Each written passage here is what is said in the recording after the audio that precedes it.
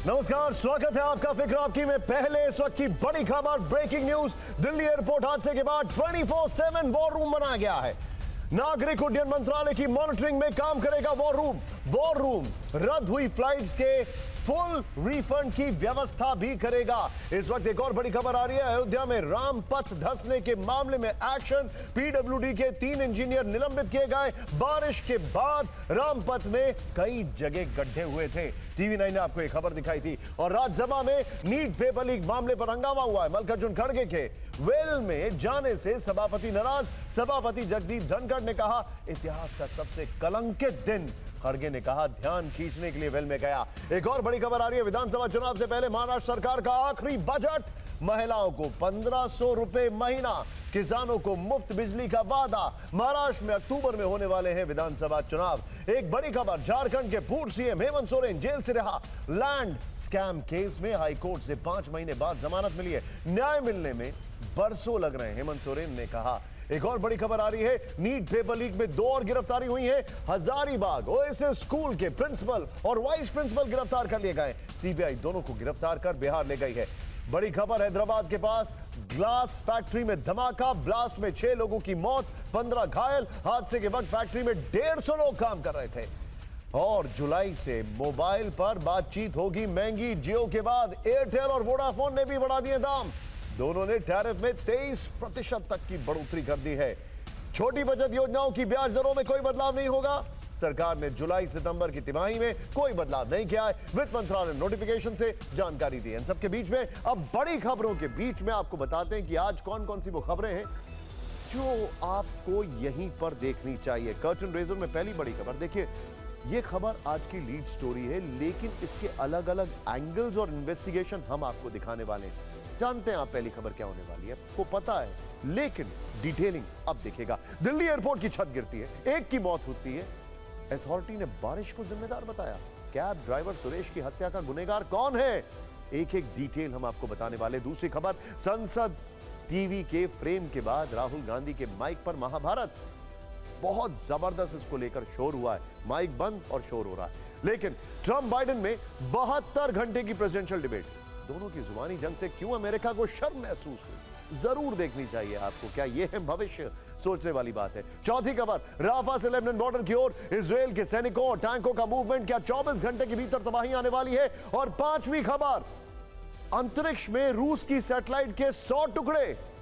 NATO को क्यों डर लग रहा है, देखने वाली खबर है। सबके बीच में फिक्र आपकी में सबसे पहले बात, दिल्ली के वर्ल्ड क्लास एयरपोर्ट पर हुई बारिश से हत्या की, जिसे कोई मर्डर मानने को तैयार ही नहीं है।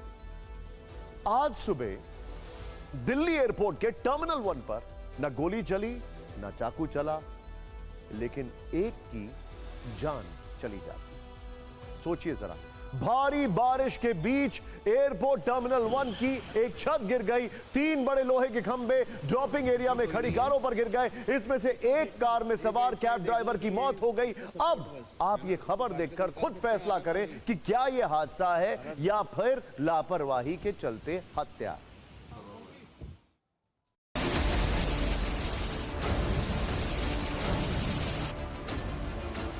यह रमेश कुमार का पार्थिव शरीर है। उम्र सिर्फ 45 साल। जिस कैब को चलाकर अपना और अपने परिवार का पेट भरते थे, उसी कैब की ड्राइविंग सीट पर उनकी जान चली गई। सिर फट गया, गर्दन की हड्डी टूट गई और रमेश की मौत हो गई। सिर पर किसने मारा, गर्दन की हड्डी किसने तोड़ी, रमेश का मर्डर किसने किया, किस हथियार से रमेश को मारा गया, तो सुनिए उसका जवाब। हथियार है दिल्ली एयरपोर्ट के ये खंबे और हथियारे हैं वो लोग जिनके कारण ये खंबा रमेश पर गिरा। सवाल है, क्या रमेश के हथियारों पर धारा 302 लगेगी? रमेश कुमार को एयरपोर्ट टर्मिनल 1 के बाहर किसी ने गोली मारी होती तब कौन सी धारा लगाई जाती? किसी ने इन पर चाकू से हमला करके जान ले ली होती तब कौन सा मुकदमा चलता? तब धारा 302 ही लगाई जाती। दोषी को सजाए मौत या फिर उम्र कैद होती। तो रमेश कुमार के ऊपर खंबा गिराने के दोषी पर 302 क्यों नहीं लगनी चाहिए? कहा जा रहा है कि दिल्ली एयरपोर्ट का टर्मिनल 1 2009 में बना, यानी 15 साल पहले, और जीएमआर इंफ्रा ने निर्माण का ठेका एक प्राइवेट कंपनी को सबलेट करके दिया। क्या उस कंपनी ने भ्रष्टाचार करके कंस्ट्रक्शन के मटेरियल से समझौता किया? इसे बनाने में कितना खर्च आया यह साफ नहीं है, क्योंकि जो ठेका दिया गया था वो पूरे एयरपोर्ट का था, लेकिन इसके रख रखाव का जिम्मा जीएमआर के पास है। लेकिन जीएमआर ने इस पर ध्यान नहीं दिया और टर्मिनल की छत जानलेवा हो गई। तो क्या रमेश कुमार की मौत का गुनहगार जीएमआर है?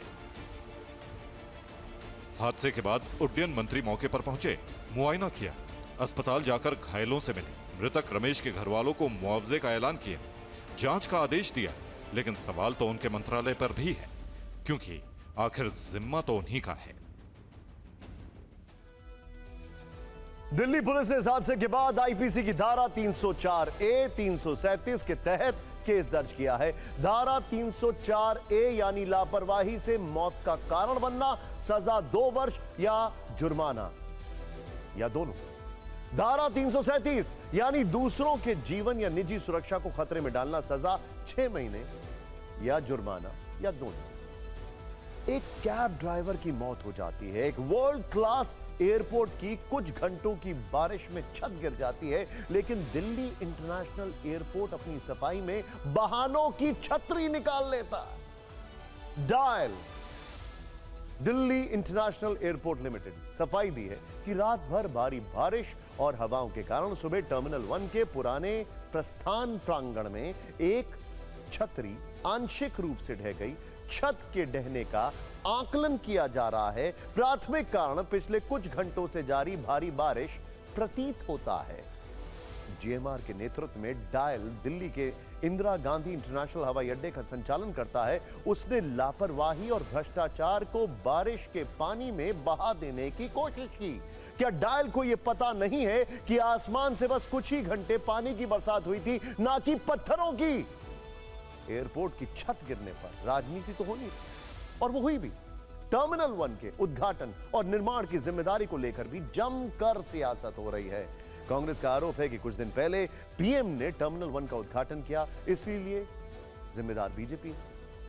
प्रियंका गांधी ने जबलपुर एयरपोर्ट की छत ढहने और अयोध्या में निर्माण कार्यों का मुद्दा उठाकर पीएम मोदी को घेरा, लेकिन जब यही सवाल एविएशन मिनिस्टर से पूछा गया तो उन्होंने कहा कि जो हिस्सा गिरा वो वर्ष 2009 में कांग्रेस के शासन में बना था।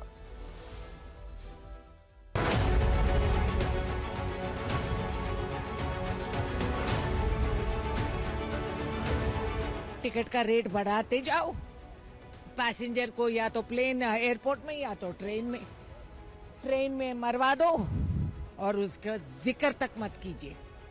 उनके परिवारों का क्या हालात है कोई पलट के भी नहीं देखेंगे। तो दिल्ली एयरपोर्ट में जो संगठना घटी उसके हिसाब से वहाँ पे जांच शुरू कर दी गई है और डिपार्टमेंट से भी हम एक्सपर्ट्स को लाकर जांच पूरी तरह करवाएंगे और जो कार्रवाई रिपोर्ट जो बनेगी उसके हिसाब से एक्शन भी लेंगे।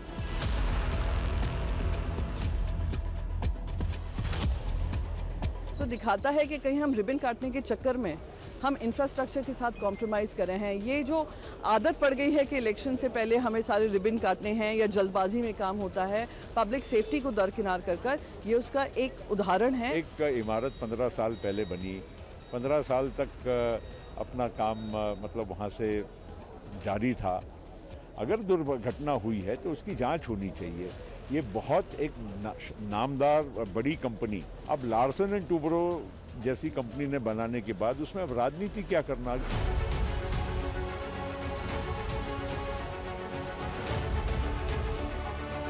अनफॉर्चुनेट है क्योंकि ये सब कंस्ट्रक्शन नए बने हैं और जिस तरह से जो दिखने को मिल रहा है ये बहुत ही अनफॉर्चुनेट है। इस पर जांच बिठानी चाहिए। बिल्कुल उस पर कार्रवाई की जाएगी, उसको देखा जाएगा और जो भी उसके लिए रिस्पॉन्सिबल है उनको अकाउंटेबल ठहराया जाएगा और हम मानते हैं कि सब लोग इसको सीरियसली लेंगे।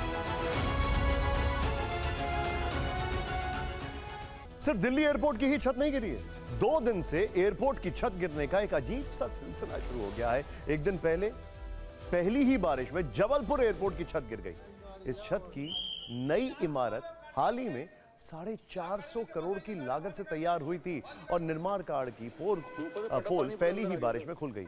बिहार में भ्रष्टाचार की भेंट वहां के पुल चढ़ रहे हैं। किशनगंज में 2 दिन पहले ही कनकई महानंदा नदी को जोड़ने वाली सहायक नदी पर बना पुल ढह गया। बीते 10 दिनों के अंदर बिहार में गिरने वाला यह चौथा पुल था और हैरानी है कि ये सब निर्माण ज्यादा पुराने नहीं हैं। हमारे देश में आज भी ऐसे कई निर्माण हैं जो हजारों साल पहले किए गए और आज भी मजबूती से टिके हुए हैं, खड़े हुए हैं। आखिर ये इंजीनियर्स भी इंसानी थे, उनके पास आज की जैसी सुविधाएं नहीं थी, लेकिन वो भ्रष्टाचारी नहीं थे। तमिलनाडु में कावेरी नदी पर बना कलन्नई बांध 2000 साल पुराना आज भी पूरी ताकत से खड़ा हुआ है। चित्तौड़गढ़ का विजय स्तंभ 5 शताब्दियों से भी अधिक पुराना है। गुजरात में रानी उदयमती की वाव करीब 1000 साल से उसी तरह खड़ी हुई है। कर्नाटक का गोल गुंबज करीब 400 वर्ष पुराना है। आंध्र प्रदेश के लिपाक्षी मंदिर का हैंगिंग पिलर करीब 500 वर्ष से हिला तक नहीं है। कोलकाता का 80 साल पुराना हावड़ा ब्रिज शान से खड़ा हुआ है और 1914 में बनकर तैयार हुआ रामेश्वरम का पंबन ब्रिज मजबूती की मिसाल है। ये लिस्ट और भी लंबी है, लेकिन सोचिए आज का आधुनिक इंफ्रास्ट्रक्चर सोशल मीडिया की रील की तरह हो गया है, जो कि कुछ ही देर में बदलने की जरूरत मांगता है। मगर अफसोस, इस आधुनिक इंफ्रास्ट्रक्चर में लापरवाही की वजह से कुछ लोगों की जान भी चली गई। इस शो में आने से कुछ ही मिनट पहले एक और आधुनिक इंफ्रास्ट्रक्चर के धाराशायी होने की खबर आती है। यह दुखद इत्तेफाक का गवाह एक बार फिर बिहार बन रहा है, जहां पर पुल गिरना पेड़ से आम टपकने जैसा हो गया है। बिहार के मधुबनी में निर्माणाधीन पुल गिर गया। इस वक्त की बड़ी खबर, बारिश के कारण नदी का जल स्तर बढ़ने से गिरा पुल। यह लीजिए, मधुबनी में 3 करोड़ की लागत से बन रहा था पुल, एक और पुल गिर गया है।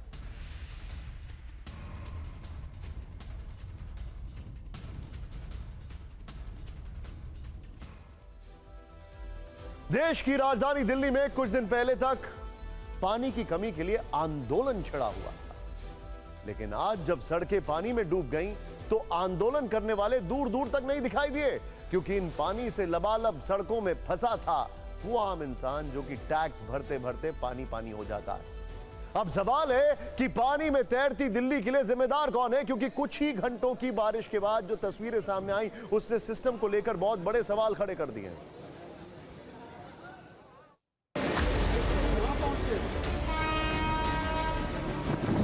ये शख्स सुबह घर से ऑफिस के लिए निकला था, पानी से भरे अंडरपास में बस फंस गई।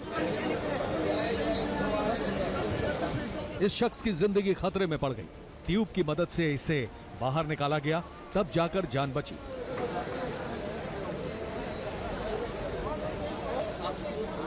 ये शख्स कौन है, कहां रहता है, विषय ये नहीं है। हमारे और आपके साथ भी ऐसा हो सकता है, क्योंकि सुविधाओं के लिए हमने जो टैक्स दिया है, करप्शन ने उसे राजधानी के ड्रेनेज की तरफ ब्लॉक कर दिया है।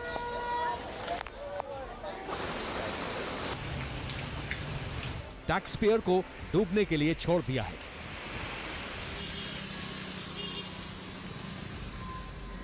इस बदहाली के लिए जिम्मेदार बारिश नहीं है, बल्कि वो सिस्टम है जिसने हमें और आपको डुबोया है। दिल्ली की आबादी लगभग 2 करोड़ है।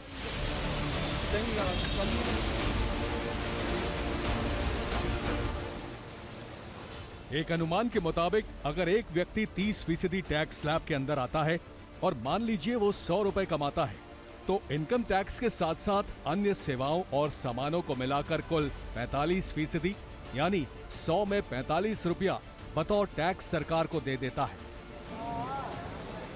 इतना टैक्स देने के बदले उसे क्या मिलता है? बारिश में डूबी सड़कें, पानी में फंसी गाड़ियां और जान का जोखिम। वैसे आपकी जानकारी के लिए, दिल्ली में कुछ घंटे की जो बारिश हुई, ये सिर्फ ट्रेलर था, यानी ये प्री मॉनसून बारिश थी। बारिश की पिक्चर अभी बाकी है, लेकिन दिल्ली के मिंटो ब्रिज पर हर बारिश पर होने वाला फर्स्ट डे फ्लड शो इस प्री मॉनसून की बारिश में भी दिखाई दिया। ये ब्रिज हमेशा इसी तरह बारिश में वाटर स्पॉट बन जाता है, जहां पर लोग पिकनिक मनाने नहीं आते हैं, बल्कि यहां से अपनी जान बचाते नजर आते हैं। मिंटो ब्रिज आपने अपने फ्लड ब्रिज होने वाली रेपुटेशन पर कई सालों से कायम है। अफसोस, सिस्टम को इससे कोई फर्क नहीं पड़ता है। हमने मिंटो ब्रिज की बीते कुछ सालों की तस्वीरें और वीडियो निकाले हैं। 1987 और 1990 की तस्वीरें भी हमारे पास हैं। देखिए, 90 के दशक से हर साल बारिश में मिंटो ब्रिज का वही हाल था जो 2024 में है। बारिश होती है और पुल के नीचे कई फीट पानी जमा हो जाता है। इतने दशकों में कई सरकारें बदली, कई नेता बदले, लेकिन बारिश में ब्रिज के नीचे जमा होने वाले पानी ने अपना आसन नहीं बदला। बारिश का पानी सिस्टम की तरह भेदभाव नहीं करता। उसके लिए क्या आम और क्या खास, सब पानी पानी। दिल्ली की बारिश में वीआईपी इलाके भी डूबे, सांसदों और अफसरों के घरों और दफ्तरों में भी पानी भरा। अब जो तस्वीर हम आपको दिखाने वाले हैं, बल्कि जो आपकी स्क्रीन पर चल रही है, उसमें देखिए कि कैसे समाजवादी पार्टी के बड़े नेता रामगोपाल यादव जी के घर पर भी पानी भर गया और फिर उनको गोद में उठाकर गाड़ी तक पहुंचाया गया।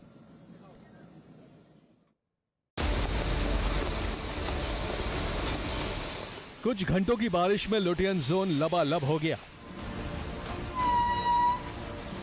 लोधी एस्टेट में राज्यसभा सांसद रामगोपाल यादव के आवास में पानी भर गया। रामगोपाल यादव को कार तक उठाकर ले जाना पड़ा। एनडीएमसी को जो करना चाहिए प्रिपरेशन, नालियां साफ करना चाहिए। सारा संकट इसलिए है क्योंकि सफाई नालियों की नहीं होती, वे चौक हैं सब, और नालियों के चौक होने से जो पानी बारिश का होता है वो सड़कें नहर बन जाती हैं। जी। कांग्रेस सांसद शशि थरूर ने भी अपने घर के पास का वीडियो पोस्ट किया। बताया कि उनके घर के अंदर तक पानी घुस गया। कुछ यही हाल कांग्रेस सांसद मनीष तिवारी के आवास का हुआ। वो घर में पानी के बीच जूते हाथ में उठाकर कार तक पहुंचे। दिल्ली की मंत्री आतिशी के घर में भी पानी भरा दिखा। वीवीआईपी वाले दिल्ली में तो घुटनों तक पानी था, बाकी दिल्ली की सड़कें तो कई फीट पानी में डूबी थी। मिंटो ब्रिज के नीचे 15 फीट तक पानी भरा था। घंटों की बरसात ऐसी हुई कि दिल्ली पूरी तरीके से दरिया बन चुकी है। इस वक्त हम मिंटो ब्रिज पर खड़े हैं और मिंटो ब्रिज का हाल आप देखेंगे। यहाँ पर 15 फीट से ज्यादा तक पानी लगभग भर चुका है। सामने आप जो देख रहे हैं पुल के नीचे, वो दरअसल एक ट्रक है। प्रगति मैदान टनल को पानी भरने के बाद बंद कर दिया गया। दूर दूर तक जहां भी आप देखें, पानी जो है वो चारों तरफ अंडरपास के अंदर भरा हुआ है। और ये पहली बार नहीं है, इससे पहले भी कई बारिशों में, मॉनसून की बारिश हो या आम बारिश हो, इस अंडरपास के अंदर पानी भर जाता है और ये समस्या हर बार उत्पन्न होती है। इसके अलावा आईटीओ और आजादपुर अंडरपास के नीचे भी कई फीट पानी था। सड़कों पर कई जगह कारें, बस, ट्रक पानी में डूबे थे। दिल्ली में ही देश की संसद भी है। और अब बात संसद की, जहां आज आरोपों की बारिश हुई, जहां पर माइक बंद के आरोप का शोर होता है। कांग्रेस ने आरोप लगाया है कि राहुल गांधी जब लोकसभा में बोल रहे थे तब उनका माइक बंद कर दिया गया। नेता प्रतिपक्ष राहुल नीट पेपर लीक का मुद्दा उठाना चाहते थे। स्पीकर ने कहा कि अभी राष्ट्रपति के अभिभाषण पर चर्चा हो रही है, उन्हें बाद में मौका मिलेगा। हालांकि राहुल बोलते रहे। कांग्रेस का आरोप है कि इसी दौरान राहुल गांधी का माइक अचानक बंद कर दिया गया। लोकसभा में 5वें दिन की शुरुआत हंगामेदार रही। सदन में राष्ट्रपति के अभिभाषण पर धन्यवाद प्रस्ताव पेश होना था। इसी दौरान नेता प्रतिपक्ष राहुल गांधी अपनी बात रखने के लिए सीट से खड़े हुए। पहले आप वो वीडियो देखिए। भाषण में रखें। नहीं माने। इस तस्वीर को देखकर आपको क्या लगा? क्या आपको राहुल गांधी की कोई आवाज सुनाई दी? एक बार फिर से वीडियो देखिए। ओके। नहीं माने। आपने देखा, ये वीडियो सिर्फ 2 सेकंड का है। राहुल कुछ बोलते तो दिखे, लेकिन आवाज नहीं आई। इसी दौरान कैमरा भी दूसरी तरफ घूम गया। फिर क्या था? सदन में हंगामा खड़ा हो गया। कांग्रेस ने आरोप लगाया कि राहुल गांधी का माइक बंद कर दिया गया। इस पर स्पीकर ने कहा कि इसका कंट्रोल उनके हाथ में नहीं है। माइक मैं बंद नहीं करता हूं, पूर्व में भी आपको व्यवस्था दी थी, यहाँ कोई बटन नहीं होता। राहुल का कहना था कि वो छात्रों को लेकर विपक्ष और सरकार की तरफ से जॉइंट मैसेज देना चाहते थे। ऑपोजिशन और इस मुद्दे पर स्पीकर के साथ उनकी बातचीत भी हुई। सर माइक तो दे दीजिए। मैं आपको पूर्व में बता चुका हूं कि आप विषय राष्ट्रपति भाषण में रखें।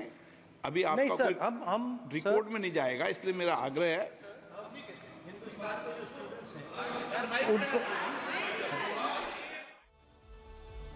माइक बंद का आरोप राज्यसभा में नेता विपक्ष मल्लिकार्जुन खड़गे ने भी लगाया। उनका कहना था कि मंगलवार को अचानक उनका माइक बंद कर दिया गया। यह विवाद 17वीं लोकसभा में भी हुआ था। विपक्ष ने तब भी माइक बंद और आवाज बंद का आरोप लगाया था। चुनाव प्रचार में भी राहुल गांधी ने मुद्दा उठाया था और अब 18वीं लोकसभा के पहले सत्र में भी माइक बंद के आरोप का संसद के अंदर और बाहर शोर है। हमने सोचा था कि आज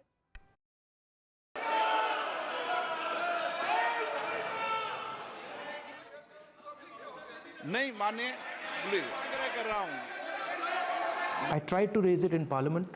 Of course, as you saw, I wasn't allowed to speak. This is an issue that has affected 2 crore students. वरिष्ठ नेता हैं आप, आपको पूरा समय पूरा वक्त देंगे। राहुल गांधी जी ने ये गुजारिश की कि आज के दिन सत्ता पक्ष और विपक्ष दोनों मिलकर देश के युवाओं को एक संदेश दें कि नीट के इस मुश्किल घड़ी में हम उनके साथ हैं।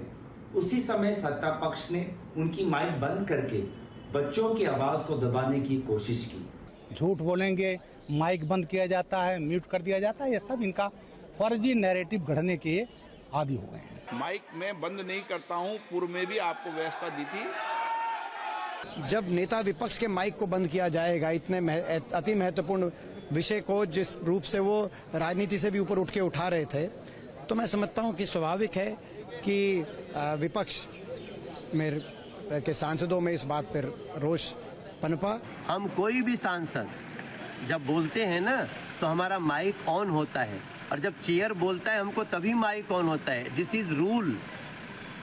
आप स्पेशल नहीं हैं कि आप बहुत बड़े घर के राजकुमार हैं तो आपके लिए हमेशा माइक ऑन रहेगा। कृपया इससे नीचे आइए। सब माइक तो दे दीजिए। They are not even allowing leader of opposition, that is a recognized leader of opposition, who is the leader of 237 member of parliament, is not allowed to speak for 1 minute. In between his mic was switched off. 17th Lok Sabha में सारे MPs का, particularly Shri Rahul Gandhi ji का mic बंद हो जाती थी अदानी का बारे में बात करने का टाइम। वैसे ही दोबारा नीट वाला इश्यू में राहुल गांधी जी का माइक बंद किया गया। माइक बंद के आरोपों के साथ कांग्रेस ने कैमरा के फोकस को लेकर भी बड़ा आरोप लगाया है। कांग्रेस ने इल्जाम लगाया है कि कल राष्ट्रपति की स्पीच 51 मिनट की थी। इस दौरान प्रधानमंत्री मोदी को 73 बार दिखाया गया, जबकि राहुल गांधी को सिर्फ 6 बार। कांग्रेस ने यह दिखाने के लिए 2 मिनट का एक वीडियो रिलीज किया है।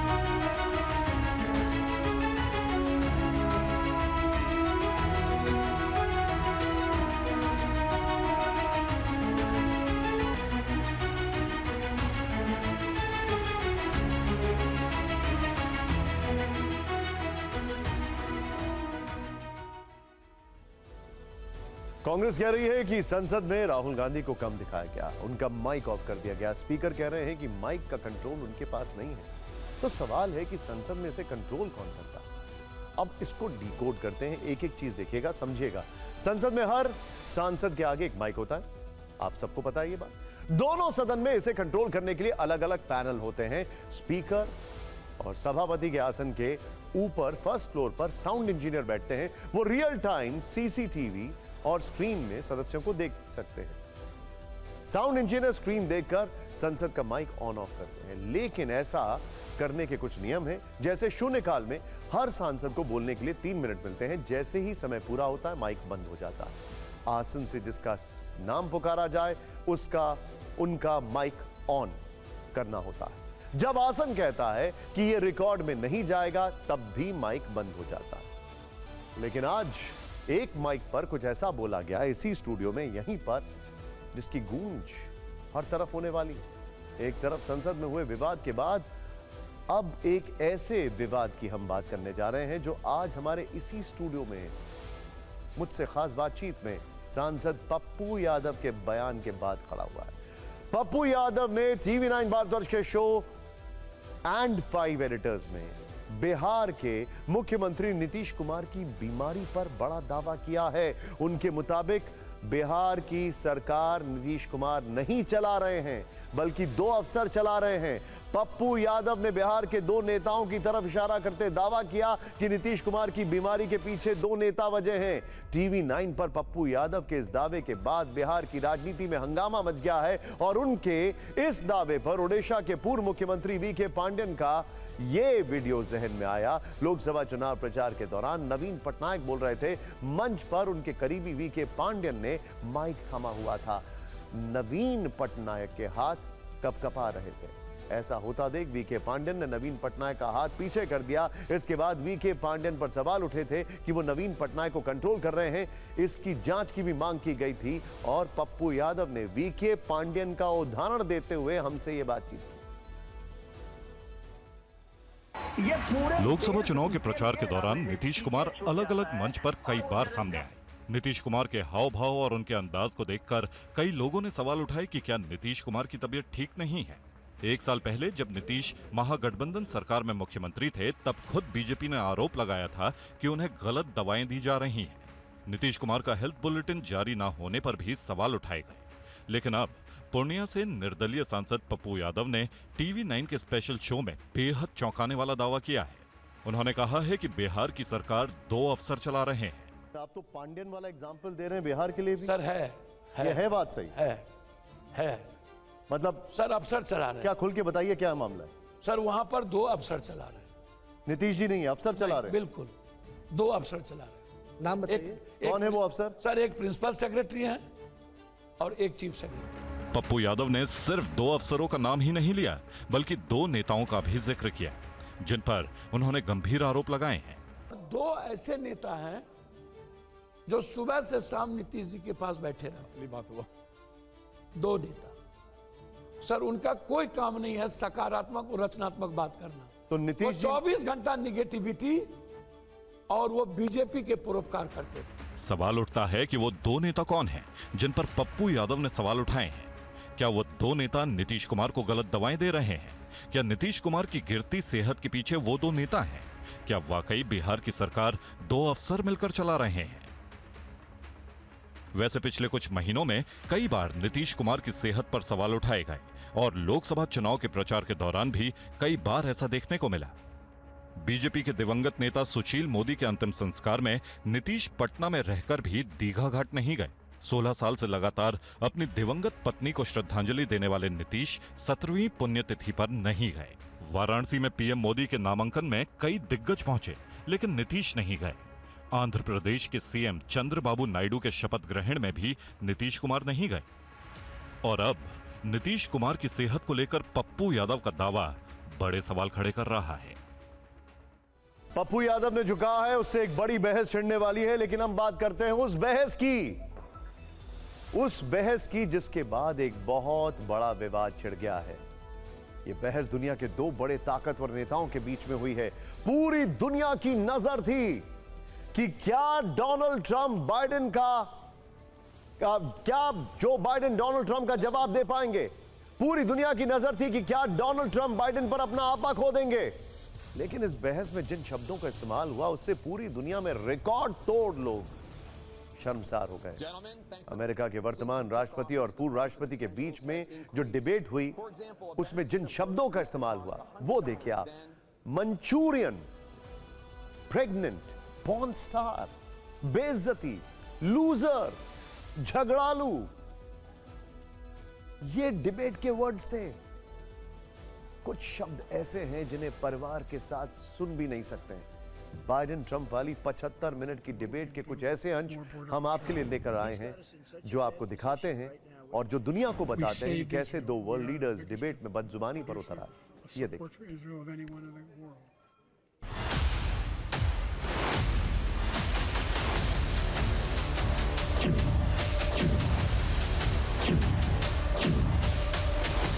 बाइडेन ट्रंप 4 साल में दूसरी बार आमने सामने हुए।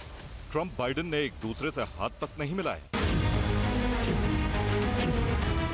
स्टूडियो में एंट्री के वक्त बाइडेन ने हाथ हिलाया, मॉडरेटर की तरफ देखते हुए कहा, कैसे हैं? ट्रंप चुपचाप आए और अपनी जगह पर आकर खड़े हो गए। बाइडेन ट्रंप के पास जवाब देने के लिए 2 मिनट का समय था। अपना पक्ष रखने के बाद काउंटर करने के लिए 1-1 मिनट का समय मिला। The greatest economy in the history of our country. Unemployment rate rose to 50%. By the time we finished, so we did a great job. Things weren't able to be met during the month was a problem. Debate में Trump confident दिखे, जबकि Biden कई बार असहज होते दिखे। The total initiative relative to what we can do with more border patrol and more asylum officers. President Trump? I really don't know what he said at the end of that sentence. I don't think he knows what he said either. Look. सवाल जवाब के बीच वो दौर भी आया जब दोनों निजी हमलों पर उतर आए। ट्रंप ने बाइडेन पर चीन से पैसे मिलने का आरोप लगाकर मंचूरियन कहा। जवाब में बाइडेन ने ट्रंप के पॉर्न स्टार वाले केस का जिक्र कर दिया। He gets paid by China. He's a Manchurian candidate. He gets money from China. Of having sex with a porn star on the night while your wife was pregnant. I mean, what are you talking about? You have the morals of an alley cat. Give you a minute, sir. I didn't have sex with a porn star. Biden Trump की debate से Manchurian शब्द viral है। American politics में इसका इस्तेमाल आम है। Manchurian उन नेताओं को कहा जाता है जिन पर दुश्मन की कठपुतली की तरह काम करने का आरोप लगता है। बाइडेन ट्रंप से डिबेट में इकोनॉमी पर सवाल पूछे गए, tax, foreign policy, climate change पर दोनों ने अपने अपने प्लान सामने रखे। डिबेट के आखिरी मिनट्स में सेहत पर भी सवाल हुआ क्योंकि बाइडेन 81 साल के हैं और ट्रंप की उम्र 78 वर्ष है। इस सवाल पर बोलते हुए दोनों के बीच काफी गर्मागर्मी दिखी।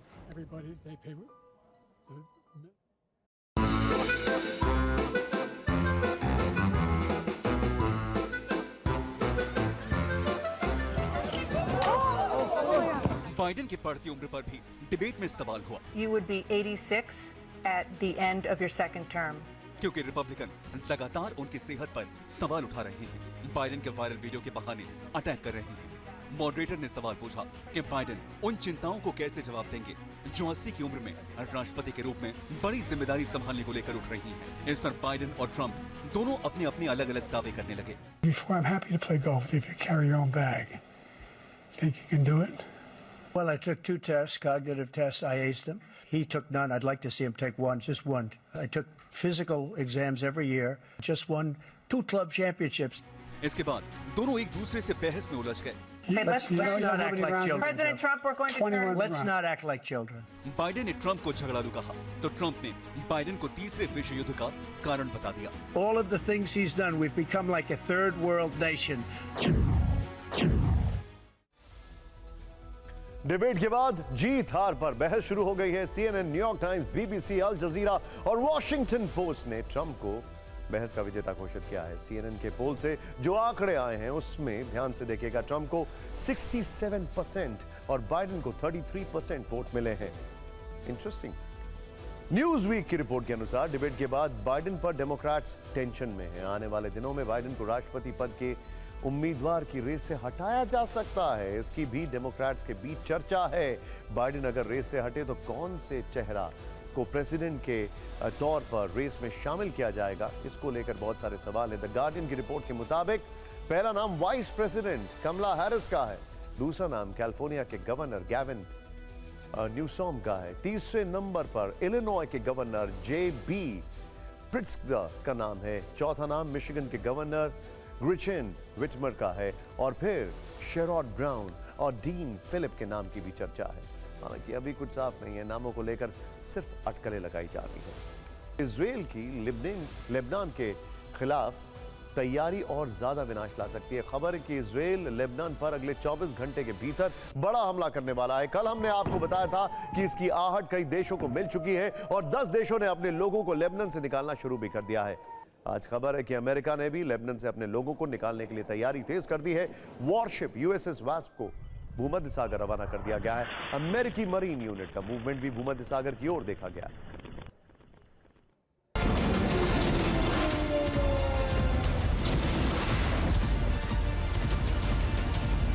इजराइल लेबनान में होने वाली संभावित जंग से समूचा विश्व सहमा हुआ है। ये जंग अगले कुछ घंटों में शुरू हो सकती है, लेकिन आसमानी हमला दोनों ओर से बहुत दिनों से जारी है। इजराइल डिफेंस फोर्सेस ने सोहमोर इलाके में ड्रोन अटैक किए, हिजबुल्लाह का मिलिट्री बेस तबाह किया।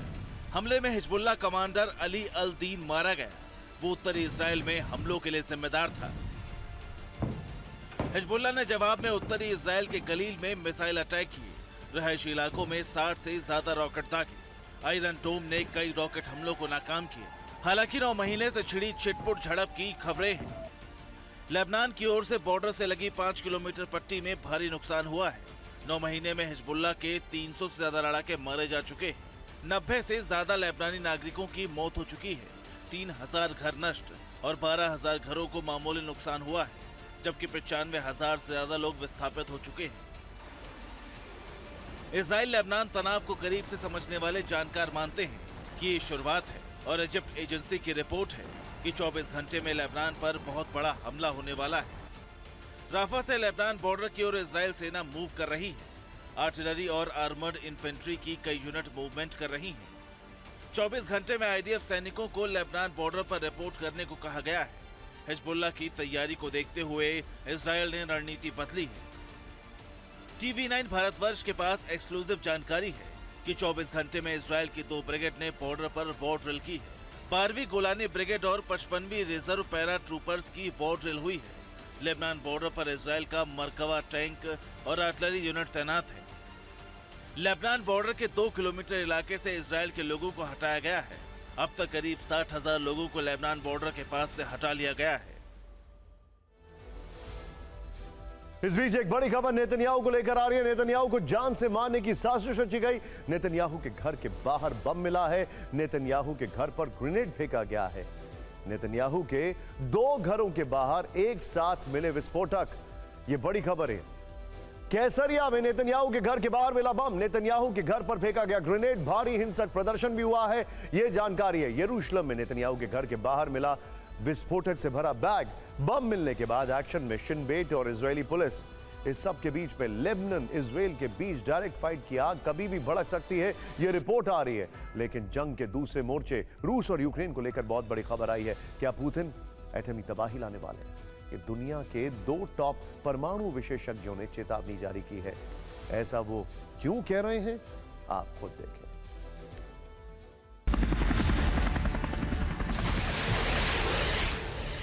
कभी रूसी एयरफोर्स बम्पर्स आते हैं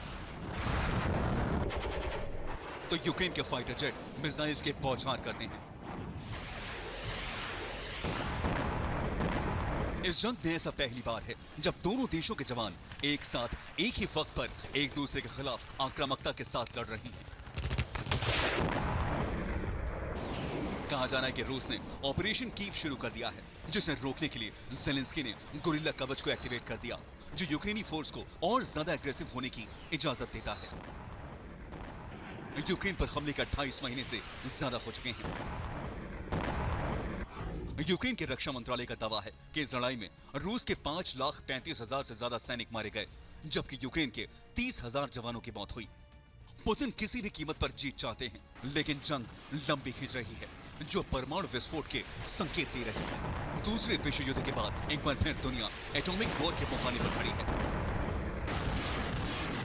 न्यूक्लियर एज पीस फाउंडेशन के अध्यक्ष इवाना निकोलिक हग्स और अमेरिकन यूनिवर्सिटी में न्यूक्लियर स्टडीज इंस्टीट्यूट के डायरेक्टर पीटर कुजनर का कहना है कि पूर्वी यूरोप में रूस और यूक्रेन के बीच जितना अधिक समय तक युद्ध जारी रहेगा और दुनिया भर में जितनी अधिक उकसावे की घटनाएं होंगी, पूरी दुनिया परमाणु आपदा के उतना ही करीब होती जाएगी। हांक्स पीटर का मानना है कि इस युद्ध में जिस तरह दोनों देशों को अलग अलग मुल्कों का समर्थन हासिल है, वैसी हालत में किसी एक की जीत मुश्किल दिख रही है। हाल ही में पुतिन और किम जोंग की मुलाकात और मिलिट्री डील से परमाणु जंग का खतरा और गहरा गया है।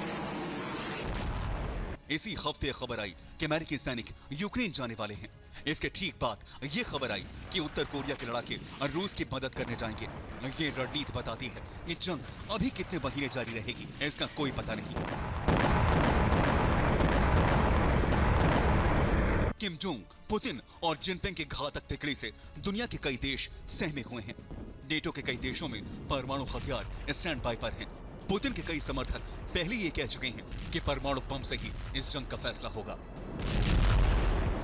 एक तरफ पुतिन ने एटमी तबाही लाने का इशारा कर दिया है, तो वहीं अंतरिक्ष में Russian satellite international space station में मौजूद अंतरिक्ष यात्रियों को परेशान कर रही है। रूसी सैटेलाइट में अचानक धमाके के बाद स्पेस स्टेशन में जबरदस्त हलचल मच गई है, जहां इस वक्त सुनीता विलियम्स अपने साथियों के साथ हैं। इंटरेस्टिंगली उसका एक एक्सटेंशन ऐसा है जहां पे रशियन एस्ट्रोनॉट्स भी हैं। पूरी खबर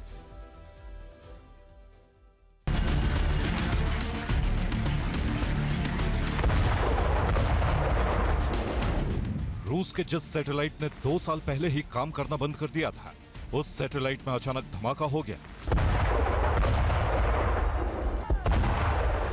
धरती से 400 किलोमीटर ऊपर अंतरिक्ष में कुछ घंटों पहले जो कुछ हुआ, उसने इंटरनेशनल स्पेस स्टेशन में मौजूद सुनीता विलियम्स और उनके साथियों के लिए बड़ी मुश्किल खड़ी कर दी। एक तरफ सुनीता विलियम्स के स्पेसक्राफ्ट में आई गड़बड़ी पहले ही नासा के लिए टेंशन की बड़ी वजह बनी हुई है, तो वहीं दूसरी तरफ रशियन सैटेलाइट्स में धमाके के बाद इंटरनेशनल स्पेस स्टेशन के अंतरिक्ष यात्रियों की जिंदगी खतरे में पड़ गई। अमेरिकी स्पेस ट्रैकिंग फर्म लियो लैब्स के मुताबिक अंतरिक्ष में रशियन सैटेलाइट धमाके के बाद 100 टुकड़ों में बिखर गई। आईएसएस के अंतरिक्ष यात्रियों को अपने स्पेसक्राफ्ट में शरण लेनी पड़ी। रूसी सैटेलाइट के बड़े बड़े टुकड़े धरती की कक्षा में तेजी से घूम रहे हैं। रूसी सैटेलाइट रिसर्च P1 साल 2021 में ही खराब हो गई थी। अभी यह साफ नहीं हो पाया है कि रशियन सैटेलाइट में अपने आप धमाका हुआ या फिर रूस ने एंटी सैटेलाइट मिसाइल लॉन्चर से धमाका किया।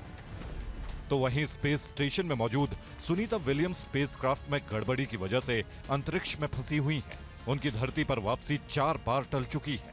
नासा के स्पेसक्राफ्ट को पहले ही धरती पर वापस आ जाना था, लेकिन थ्रस्टर्स में दिक्कत और हीलियम गैस के लीक होने की वजह से ऐसा नहीं हो पाया। नासा ने दावा किया है कि मिशन को खत्म करने के लिए केवल 7 घंटे की फ्री फ्लाइट टाइमिंग चाहिए और स्टार लाइनर के टैंकों में अभी इतना हीलियम बचा हुआ है कि वो स्पेस स्टेशन से अलग होने के बाद 70 घंटे की फ्री फ्लाइट एक्टिविटी को सपोर्ट कर सकता है।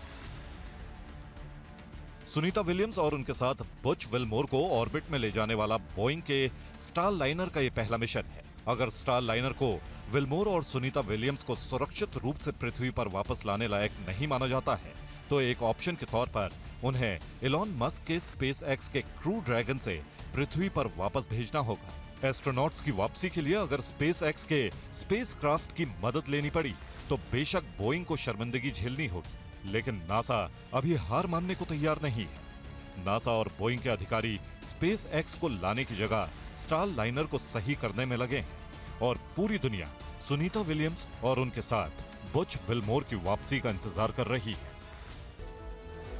लेकिन अब बात करते हैं T20 वर्ल्ड कप की। भारत ने कल सेमीफाइनल मुकाबले में इंग्लैंड को रौंद दिया है। इससे इंग्लैंड के पूर्व खिलाड़ी जो हैं वो बौखला गए हैं। इंग्लैंड के पूर्व क्रिकेटर माइकल वॉन ने आपा खोया तो उन्हें हरभजन सिंह ने जवाब दे दिया। इंग्लैंड पर भारत की शानदार जीत से दुनिया भर में भारतीय फैंस जश्न मना रहे हैं। रोहित शर्मा की टीम ने इंग्लैंड को 68 रनों के बड़े अंतर से हराकर 10 साल बाद टूर्नामेंट के फाइनल में जगह बनाई है और इसकी खुशी हर भारतीय फैंस के चेहरे पर साफ नजर आ रही है। लेकिन इंग्लैंड की हार को उसके पूर्व कप्तान माइकल वॉन पचा नहीं सके और उन्होंने सोशल मीडिया पर बेतुकी बात कह दी। माइकल वॉन ने कहा, अगर इंग्लैंड ने साउथ अफ्रीका को हरा दिया होता तो सेमीफाइनल में उनका मुकाबला त्रिनिदाद में होता। मेरा मानना है कि अगर इंग्लैंड टीम त्रिनिदाद में सेमीफाइनल खेलती तो जीत जाती, इसलिए हमें उनसे कोई शिकायत नहीं है। लेकिन गुयाना को चुनकर भारत ने अच्छा काम किया। लेकिन अब बात करते हैं उत्तर प्रदेश की। यूपी में बीजेपी के साथ उसकी सहयोगी पार्टी अपना दल एस का प्रदर्शन भी निराशाजनक रहा। अनुप्रिया पटेल की अपना दल ने 2 में से 1 सीट जीती। कहा जा रहा है कि इस प्रदर्शन में बड़ा फैक्टर पार्टी के कोर वोटर का शिफ्ट होना है। बहरहाल मोदी सरकार में मंत्री अनुप्रिया पटेल ने आज उत्तर प्रदेश के मुख्यमंत्री योगी आदित्यनाथ को चिट्ठी लिखी है। इस चिट्ठी में नौकरियों में ओबीसी एससी आरक्षण को लेकर सुझाव दिए गए हैं। कहा गया है कि जिन नौकरियों में चयन इंटरव्यू के आधार पर होता है उसमें ओबीसी एससी कोटे की नौकरी नॉट फाउंड सूटेबल घोषित कर सामान्य वर्ग के उम्मीदवारों की भर्ती न की जाए। चिट्ठी में अनुप्रिया पटेल ने मांग की है कि ओबीसी एससी कोटे की नौकरी उन्हें ही मिले, यानी अगर नौकरी के लिए योग्य ओबीसी एससी कैंडिडेट ना मिले तो वो ना भरे जाएं और फिर से साक्षात्कार आयोजित की जाए। आइए अब आपको थोड़ा विस्तार से बताते हैं कि अपना दल एस के अध्यक्ष अनुप्रिया पटेल की उत्तर प्रदेश के मुख्यमंत्री योगी आदित्यनाथ के नाम लिखी चिट्ठी में क्या क्या खास बातें हैं। अनुप्रिया पटेल ने लिखा है कि सिर्फ साक्षात्कार वाली नौकरी में एससी ओबीसी कोटे वाले पद सामान्य श्रेणी में डाले जा रहे हैं। योग्य ओबीसी एससी कैंडिडेट ना मिलने पर ऐसा हो रहा है और उसे नॉट फाउंड सूटेबल घोषित कर सामान्य वर्ग कैंडिडेट की भर्ती हो रही है। इसी तरह सिर्फ इंटरव्यू वाली नियुक्तियों में एससी ओबीसी की अनदेखी हो रही है। कुछ विश्वविद्यालयों में पद अनारक्षित किए जाने की भी खबर है। अनुप्रिया पटेल ने मांग की है कि योग्य उम्मीदवार न मिलने पर पद अनारक्षित न किए जाएं, बल्कि ओबीसी एससी वाली पोस्ट उन्हीं को दी जाए। यहां आपको बता दें कि 2024 लोकसभा चुनाव के दौरान भी विपक्ष ने भी यह मुद्दा उठाकर योगी सरकार को घेरा था। इस लिहाज से देखें तो केंद्रीय मंत्री अनुप्रिया पटेल की चिट्ठी के मायने को समझना जरूरी हो जाता है। मोटे तौर पर जो बात समझ में आती है वो है सरकारी नौकरियों में आरक्षण को लेकर मोदी सरकार की तारीफ, योगी सरकार पर सवाल। लोकसभा चुनाव में ओबीसी वोट खोया तो उसे पाने के लिए लिखी चिट्ठी। 2024 चुनाव में 2 में से 1 सीट गंवाने के बाद परंपरागत वोट बैंक साधने की कोशिश। और अब आइए देखते हैं न्यूज टॉप 9। दिल्ली में भीषण बारिश के बाद सड़कों का बुरा हाल, एक कार सड़क के अंदर धंसी। नीट पर राज्यसभा के वेल में प्रदर्शन के दौरान बेहोश हुई कांग्रेस सांसद फूलो देवी नेताम। केंद्रीय मंत्री किरण रिजिजू ने उन्हें एम्बुलेंस तक पहुंचाया। 5 महीने बाद जेल से रिहा झारखंड के पूर्व मुख्यमंत्री हेमंत सोरेन, घर पहुंचने पर पैर धोकर स्वागत। हिमाचल प्रदेश में बारिश के बाद लैंडस्लाइड, मलबे और बड़े पत्थरों में दबी कई कारें। सेना ने सिक्किम में 72 घंटे में बनाया नया पुल। त्रिशक्ति कोर के इंजीनियर्स ने 70 फीट लंबा ब्रिज बनाया। पहलगाम के नुनवान बेस कैंप पहुंचा अमरनाथ यात्रियों का पहला जत्था। यात्रा के लिए सुरक्षा एजेंसियों के कड़े इंतजाम। गोधरा में नीट पेपर लीक मामले में एक्शन, गिरफ्तार 4 आरोपी कोर्ट में पेश। मशहूर गायिका आशा भोसले की बायोग्राफी लॉन्च पर सोनू निगम हुए भावुक। आशा भोसले पर के पैर धोकर किया सम्मान।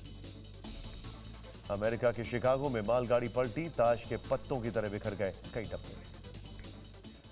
और आगे देखिए make in India trending, Modi की global shopping, the PM factor.